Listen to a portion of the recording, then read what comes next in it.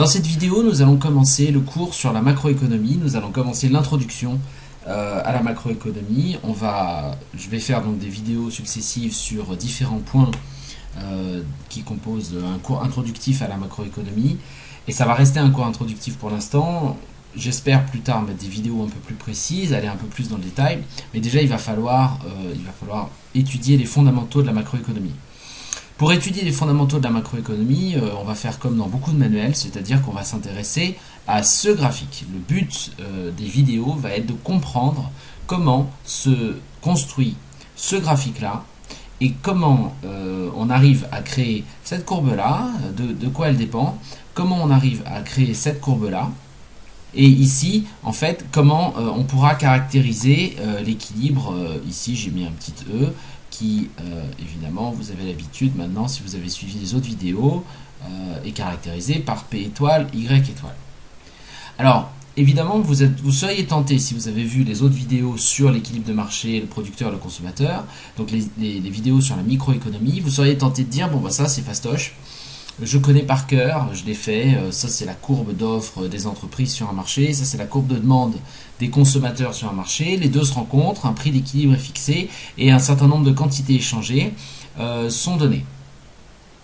Sauf que ici, on n'est plus en microéconomie, on est en macroéconomie.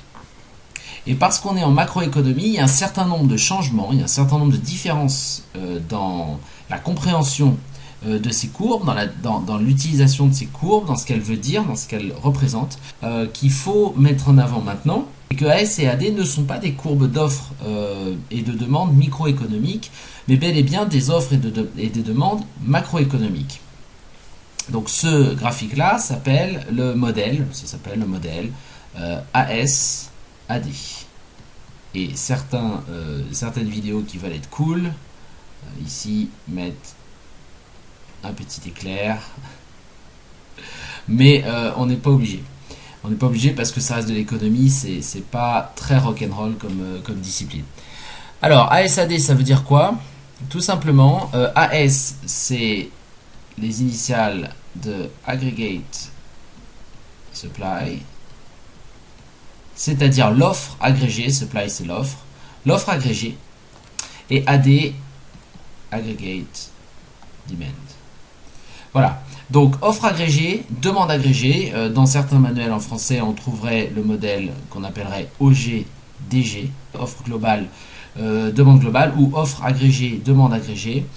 Voilà, il y a plein de manières d'appeler ce modèle, ce graphique, mais essentiellement, c'est en fait, dans la terminologie internationale, ce qu'on appelle le modèle ASAD. Alors, quelles sont les différences entre finalement ce graphique qui ressemble tellement à un graphique de microéconomie d'un marché et en fait ce que c'est vraiment, c'est-à-dire une représentation macroéconomique. D'abord, on va s'intéresser aux grandes variables qui sont représentées ici. Ici, on a Y. Alors, en microéconomie, Y, c'était effectivement les quantités offertes et les quantités demandées par un certain nombre d'entreprises et de consommateurs sur un marché.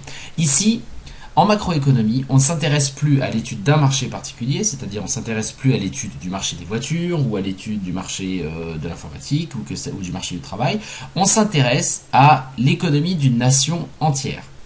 Donc c'est un point de vue qui est beaucoup plus général que le point de vue microéconomique. C'est pour ça qu'il y a ici la macroéconomie, non pas la micro. Et ici, ça représente les quantités produites sur le territoire national, donc sur le territoire national. Et les quantités produites par un pays, la production d'un pays, la production nationale, elle est mesurée généralement par le PIB, c'est-à-dire le produit intérieur brut. Ça mesure la quantité qui a été produite dans un pays au cours d'une année donnée. Donc vous voyez qu'ici on n'est plus du tout sur le nombre de voitures échangées sur un marché ou le nombre de micro-ordinateurs sur un marché, on est sur la quantité globale, la valeur de la production globale d'un pays lors d'une année donnée. Donc en France, le PIB au cours d'une année, il est aux alentours de, me semble-t-il, 1800 milliards d'euros par an, peut-être un peu plus, ça fait un moment que j'ai pas regardé les chiffres, mais c'est cet ordre de grandeur là. Si c'est pas 1800 milliards, c'est 2000 milliards, si c'est pas 2000 milliards, c'est 1700 milliards, mais c'est à peu près cet ordre de grandeur là. Donc ici, on a le PIB. Alors, je tiens à dire tout de suite que je ne vais pas faire la différence entre produit intérieur brut et produit national brut. C'est pas très intéressant pour ce qui nous concerne. La différence n'est pas flagrante non plus. Donc, on laissera ça à d'autres vidéos plus détaillées ou à des documents plus détaillés. Pour l'instant, on va considérer que ça, c'est PIB. C'est donc l'ensemble de la production nationale, ou en tout cas de la production qui est produite sur un territoire donné. Et ça correspond également à la richesse d'un pays. On va voir pourquoi plus tard. Ici, P. Alors, si on était dans un marché, sur le marché des voitures, ici ce serait le prix moyen des voitures, 22 000 euros paraît-il pour une voiture en moyenne. Mais là, on s'intéresse à la macroéconomie. Et donc évidemment, on ne va pas s'intéresser au prix d'un type de bien particulier, au prix qui est décidé sur un marché en particulier. On s'intéresse à ce qu'on appelle le niveau général des prix. Alors, comment on mesure le niveau général des prix? Eh bien, on fait une moyenne pondérée de tous les prix qui existent, ou en tout cas de tous les biens, ou en tout cas d'un panier de biens représentatifs. On prend un panier de biens représentatifs qui correspondrait à une sorte de représentation de tous les biens qui existent en France et qui sont produits sur le territoire français. On regarde quel est le prix de chacun des biens qui composent ce panier de biens. Et on fait une moyenne pondérée, parce qu'on va considérer que certains biens ont peut-être plus de poids que d'autres. Je ne vais pas rentrer dans les détails du calcul, mais parce que là encore, ça fera appel peut-être à une vidéo ou à des documents autres, mais le niveau général des prix, il est mesuré par ce qu'on appelle l'indice des prix à la consommation. Donc, le niveau des prix est mesuré par l'indice des prix à la consommation, c'est une moyenne pondérée. Vous pouvez regarder d'ailleurs sur internet les détails de la construction de cet indice. Comme on va faire de la théorie, évidemment, on ne va pas passer forcément beaucoup de temps à décrire vraiment le détail de la construction du PIB, de l'indice général des prix. On va simplement considérer que voilà, ça représente le PIB, ça représente le niveau général des prix. Et effectivement, si à un moment donné, on a une autre position d'équilibre par ici, qui correspondrait à un autre PIB et à un autre niveau des prix, eh bien, ce qui va être intéressant, parce que c'est ça le but de notre analyse, ce qui va être intéressant, c'est de pouvoir dire, voilà, en période 2, l'année d'après, le PIB a augmenté et le niveau des prix a augmenté. Par exemple, parce que la demande globale AD s'est déplacée. Alors, si vous avez vu les vidéos sur l'équipe de marché, c'est la même mécanique graphique. C'est-à-dire, effectivement, si cette courbe-là, AD, la demande globale, augmente, on arrive à un nouveau point de croisement avec l'offre globale pour un prix supérieur, un niveau général des prix dans un pays supérieur, et un niveau général du PIB, la production du pays, supérieur. Donc la mécanique, si vous voulez, du déplacement des courbes et des nouveaux points d'équilibre, ça va être quand même assez similaire. Et cela dit, l'interprétation est différente. Et l'intérêt, évidemment, de ce modèle AS-AD, c'est de pouvoir dire, si on passe de E à F, le point E ici au point F ici, eh bien on constate quoi? On constate que le PIB a augmenté, et ça s'appelle en fait la croissance économique. Donc là, il y a eu croissance économique. Et ici, attendez, ici j'ai écrit 2 fois P étoile, ça va pas, c'est une flèche. Je voulais dire que P étoile a monté vers P étoile étoile. Donc ici, on a croissance économique. Et là, on observerait quoi dans cette situation hypothétique? On observerait une augmentation du niveau général des prix, mesuré par l'indice des prix à la consommation. Ça s'appelle l'inflation, puisque c'est la croissance du niveau, l'augmentation du niveau général des prix. Donc vous voyez que le type de problème qu'on va analyser en macroéconomie, il est très différent du type de problème qu'on analyse en microéconomie. Ici, on étudie la croissance économique et on étudie l'inflation. On étudie des grandes valeurs, des grandes variables économiques, des grandes fonctions économiques.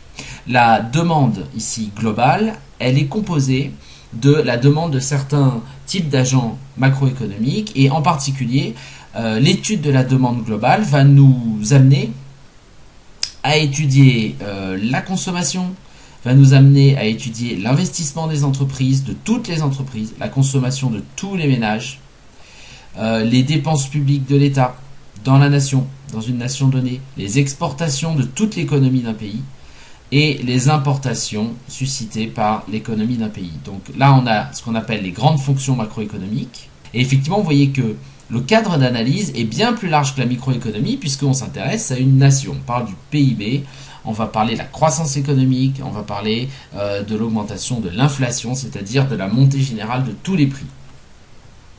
Implicitement, on va aussi parler de monnaie, parce que pour consommer, il faut qu'il y ait de la monnaie. Et vous savez que la politique monétaire, c'est un élément important de la politique macroéconomique. Alors, de manière, incidente, on va parler effectivement de monnaie, et donc on va parler de politique monétaire, et on va parler, ici on a les dépenses de l'État, on va parler de politique budgétaire, c'est-à-dire comment on joue avec le budget de l'État, politique budgétaire, comment on joue avec le budget de l'État. Le budget, ça fait référence à quoi? Ça fait référence aux impôts et ça fait référence aux dépenses de l'État. Alors là, je commence à vous mettre les sigles qu'on va utiliser tout le temps. Donc autant les apprendre maintenant. Quand on va faire le circuit économique, on réutilisera ces sigles, mais vous pouvez déjà commencer à vous familiariser avec. Donc on va parler de politique budgétaire, on va parler de monnaie, de politique monétaire. On va parler des grandes fonctions macroéconomiques. On va parler de la croissance économique, de l'inflation. Et évidemment, derrière ce graphique, ASAD, il y a aussi l'idée que, je vais effacer la situation hypothétique où il y avait une croissance de la demande globale, j'efface. L'intérêt d'étudier ASAD, c'est que l'équilibre qui va se fixer ici au point E, c'est-à-dire pour un certain PIB et un certain niveau des prix, eh bien évidemment, si cette représentation cherche à décrire la réalité, on sait bien, on se doute bien, malheureusement d'ailleurs, que ce point E n'est pas le point qui permet le plein emploi. Le point qui permet le plein emploi, il est atteint pour un PIB plus élevé, qu'on va appeler Y de plein emploi, revenu de plein emploi ou production de plein emploi, le PIB qui mène au plein emploi, c'est-à-dire qu'on imagine qu'il existe un revenu ou un niveau de produit intérieur brut, un certain niveau de production des entreprises qui mènerait au plein emploi. Et évidemment, si vous êtes au plein emploi, ça veut dire que vous utilisez toutes les capacités productives d'un pays. C'est-à-dire que personne n'est au chômage. Tous les individus qui veulent travailler travaillent. Toutes les ressources, le capital, etc. Est utilisé. Et donc, comme tout est utilisé dans les forces productives de la nation, eh bien, forcément, vous ne pouvez pas aller au-delà, on ne peut pas produire plus, puisqu'on a utilisé tout. Et il n'y a pas de chômage dans cette situation-là. Et là, on serait donc au revenu de plein emploi. C'est pour ça que je fais une ligne verticale, parce que au revenu de plein emploi, on est au maximum de la production, c'est une frontière, on ne peut pas, ça au-delà, vous voyez, par là, ça n'existe pas. Quand je mets le signe, ça n'existe pas. Ce signe mathématique il n'existe pas. Vous voyez, au-delà, c'est impossible. Ça n'existe pas. Ici, ça va être la barrière. Et donc, l'idée de ASAD, c'est de dire, voilà, on a une demande globale, une offre globale. Les deux vont se rencontrer, vont fixer un niveau général des prix, vont fixer un produit, un PIB d'équilibre. Et évidemment, ce PIB d'équilibre, il a toutes les chances de ne pas être le PIB de plein emploi.